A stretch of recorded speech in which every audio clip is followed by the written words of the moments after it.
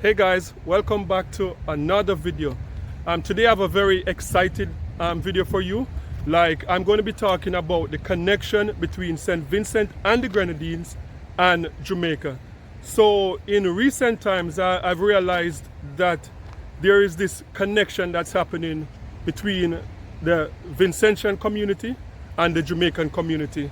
And we just saw like a lot of Jamaican vloggers that have been recently going to St. Vincent and talking about their experience in terms of the love of the Vinci people. And so I just wanted to jump on and just talk about this. Recently I spent my birthday in April. I went to St. Vincent and the Grenadines with my family. My wife is from St. Vincent, so we went down for a week and we spent a lovely week. We documented our vacation in St. Vincent. St. Vincent is like a very beautiful island, and so seeing the buzz on YouTube, seeing the buzz on social media, like with especially the vloggers like Vinci Vive and a lot of the vloggers from St. Vincent, and in recent times we saw Color Smith TV. We saw just a lot of vloggers from Jamaica in St. Vincent documenting how beautiful St. Vincent is. And the reason why this is so important to me is because, like myself, I know a lot of people grew up in the Caribbean hearing how divided the Caribbean is, how Jamaicans hate Trini, or Trini hate Jamaicans, or Vincentian hate, that type of vibes. And when you are in the islands and you're getting these information, you're tempted to take it as gospel and to believe that this is a real thing. But not until me moving out of Jamaica, coming to Canada. In Canada, we have a very strong Caribbean community, till I got a wake-up call and I'm like, no, that's like fake news. That is not real. Like, Caribbean people don't hate each other. In Canada, I know Canada, in particular Toronto, I know New York, I know Miami, I know like in England, there's a strong Caribbean community. And based on my experience and a lot of other Caribbean nationals that I've spoken to over the years, the Caribbean community is one of the most united community, especially outside of the Caribbean. Whenever we come to a foreign land, we form churches together, we party together. Toronto has, I think it's one of the biggest, if not the biggest, Caribbean carnival in the entire world. Like next month in August, in August, downtown Toronto, we're gonna have like over 1 million visitors coming to Canada just because of Caribana. And that is just like an effort of like the entire Caribbean community coming together. And it's one of the oldest festival, street festival in Toronto, like going 60 years. So this notion that Caribbean people are so divided and we hate each other, it is not true. So I just want to use this video just to highlight what I see, what I'm seeing happening in St. Vincent and the Grenadines, the love that's going on between my Vinci people and my Jamaican people. That's what I want to do with this video. Okay, so number one, we're going to talk about beauty in terms of the islands in the Caribbean. As a Jamaican, traveling outside of Jamaica, living outside of Jamaica for a while, one of the biggest criticism that I've heard about Jamaicans is that, people say like, all of you Jamaicans just think that you're from the most beautiful island and your island is better than everywhere else, and you guys are just full of yourself and this and that and so forth. And, a lot of times, like, I've had this conversation with my wife, we're from different islands, and every time I have this conversation with anyone, like I have to point out have you ever met a Caribbean national that don't think that their island is the best? I've never met that person before. I've been around, I've worked with people from all over the Caribbean, and I have never once in my almost 50 years met any Caribbean national that don't think that their island is the most beautiful. You know, I work with someone from St. Kitts and Nevis, and whenever we're talking, her face lights up whenever she talk about St. Kitts and Nevis. And she would say like, oh James, like, you know, St. Kitts is the pearl of the Caribbean. And you can see the pride in her face when she talks about St. Kitts and Nevis. You know, I'm talking to people from Barbados, and it's the same thing. Never in my life I've ever met someone from the Caribbean that don't think that they're from the most beautiful island, not just in the Caribbean, in the world. Never once. You know, you can leave it in the comment section if you have ever had a conversation with someone from the Caribbean and I say, you know, like my island is not good. Like I wouldn't live there or whatever. Never seen that before. And you know, what I've learned to realize is that, you know, traveling outside of Jamaica, going to different islands, what I've learned, you know, what I've matured into is that we all can be right. We all can come from the most beautiful island in the Caribbean. You know, spending time in St. Vincent, being that I'm from Kingston, Jamaica, Kingston, Jamaica is like city. Like you can grow up in Kingston and get to age 18 and never see like a beach or waterfalls. In St. Vincent, that's not possible. Like St. Vincent is just surrounded by the ocean, it's just surrounded by, you know, waterfalls, hills. Like St. Vincent, everywhere you turn in St. Vincent, there's a view. So like if you come from Jamaica and you go to St. Vincent, you'll see something that you have never seen before. Like if you're a water person, you know, that majestic view when you go to like Beckway or when you go to one of those young island or so and you see that view, that's just like breathtaking.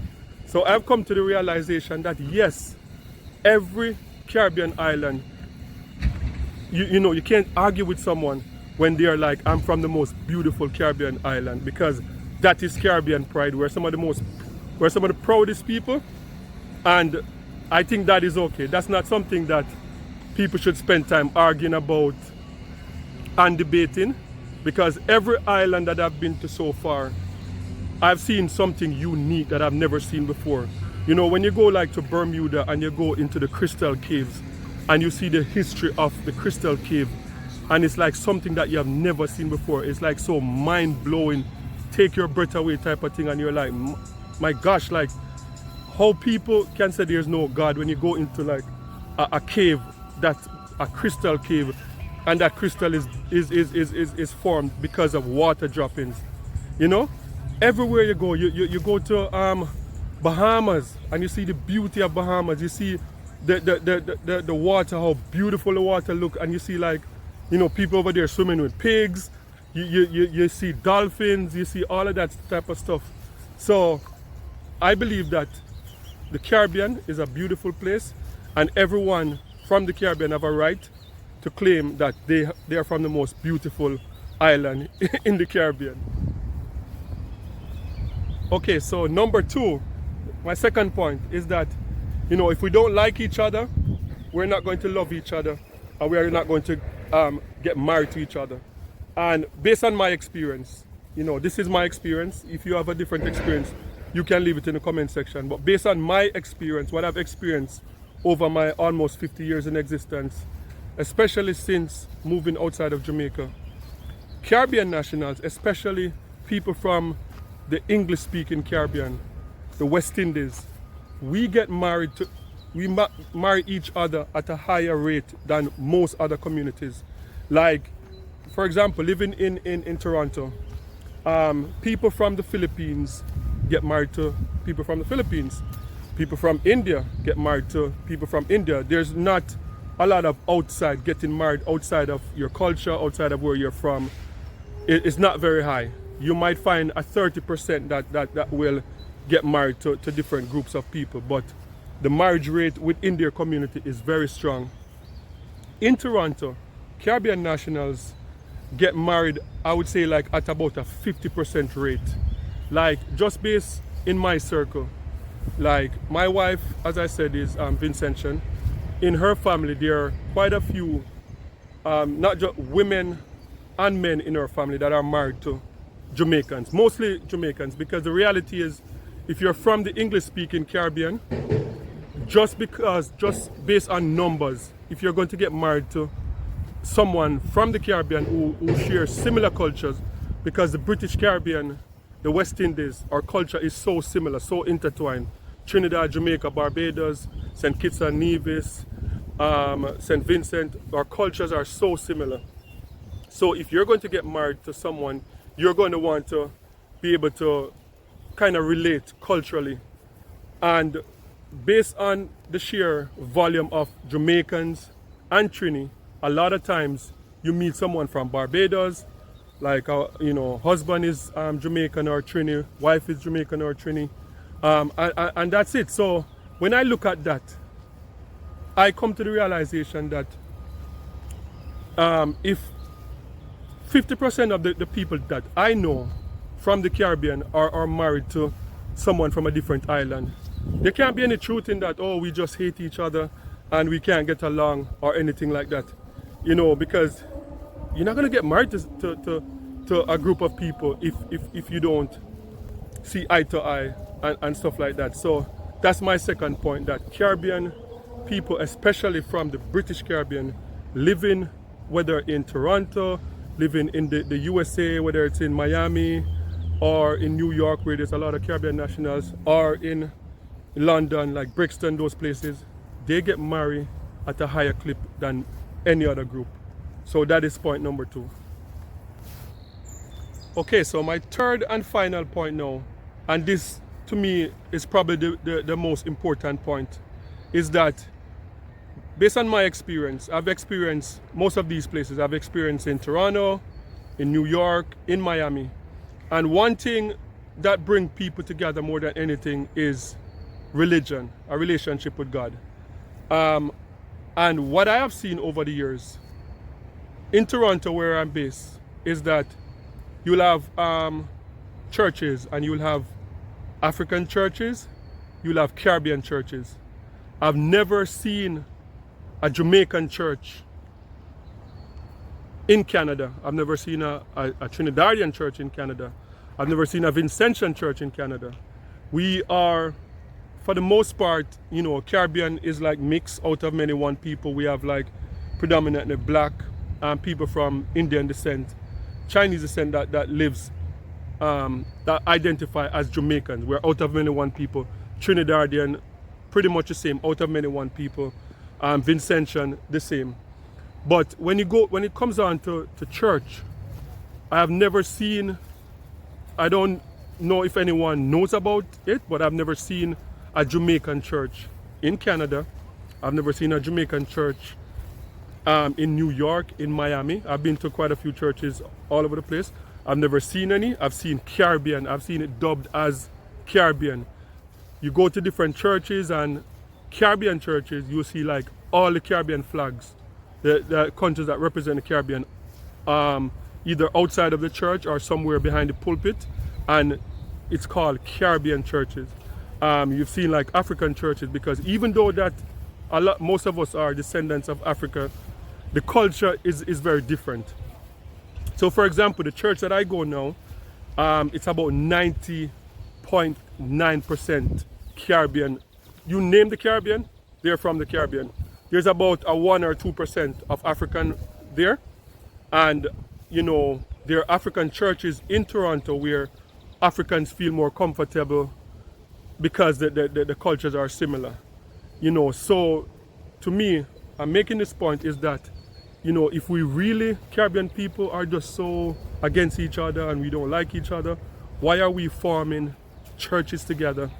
Why are we forming families together and stuff like that? So I think sometimes we get caught up in this this cycle where people will tell us something as gospel, and if we don't go out there and get the experience for ourselves, you know, we just take it as gospel and we run with it. So if you're from Trinidad and you hear that Jamaicans don't like Trini and we have this rivalry between sports and music and we hate each other, and you have never left Trinidad and Tobago, you might just believe it because you don't have, you know, the opportunity to encounter with a lot of people from Jamaica or other Caribbean islands. But for most people that live in the diaspora, and you can share in the comment section if you can, you know, identify with what I'm saying. For most people that live in the diaspora, that is not so. We have potlucks where, you know, like we meet up, like in the summer we have picnic, and someone bring the roti, someone bring the macaroni pie, someone bring the jerk chicken, someone bring, you know, the pilau, you know, pilori, like, and we have this big picnic and one big happy family, you know. So, you know, I'm just happy what I see happening in St. Vincent with a lot of the vloggers going there and showing how beautiful St. Vincent is. And one of the things that, you know, we have to start doing more is kind of inter-regional travel where, you know, we come out of our comfort zone, visit different islands. And I know one of the downside with the Caribbean is that the Caribbean is one of the most expensive region in the world to travel. It is one of the most expensive region. If you live in Asia, you can jump on a plane for $50 US and from say Japan to go to like Singapore or something like that. It's very cheap to travel within Asia, but in the Caribbean it's very expensive to travel. But now with Airbnb, you know, because most of the people that are traveling now, we don't have to do all-inclusive hotels and anything like that. We can just travel. You know, most of the content creators that went to St. Vincent recently, you see them book their Airbnb. You know, the advantage is that we really look alike. You know, we really look alike. So when you go there, like, you blend in so well. You know, even myself being in St. Vincent, I've had, I think it was like about 3 encounters with people that say that I look like someone, you know, from St. Vincent. Like, oh, you look like that politician guy, or you look like this guy from St. Vincent. Are you sure like your foreparents are not from St. Vincent? You know, I've had that encounter. You know, so, you know, I'm just doing this video to say, like, we're one big Caribbean, and, you know, my experience in St. Vincent is that the love is real. You know, it's something that I've known for a while because, as I said, like, I go to a Caribbean church. Like, every single Caribbean country is represented at my church. We eat together, we party together, we get married to each other, and that is just how it is. So, you know, like, I hope, like, if you are one of those person that think that, you know, the Caribbean is very toxic and we don't like each other, and you're watching this video, I'm urging you to get out of your comfort zone. You know, save up some money, get a ticket, fly to St. Vincent, fly to Grenada, fly to St. Lucia, and just go out there and have your own experience. Do not make media or just people in general tell you what is out there. Go and experience it for yourself. So please like, share this video, and leave your comment in the comment section if you can agree with what I'm saying. If you don't agree and your experience is different, you can also leave it in the comment section. So please watch, like, share, and comment. And remember, peace. I'm out.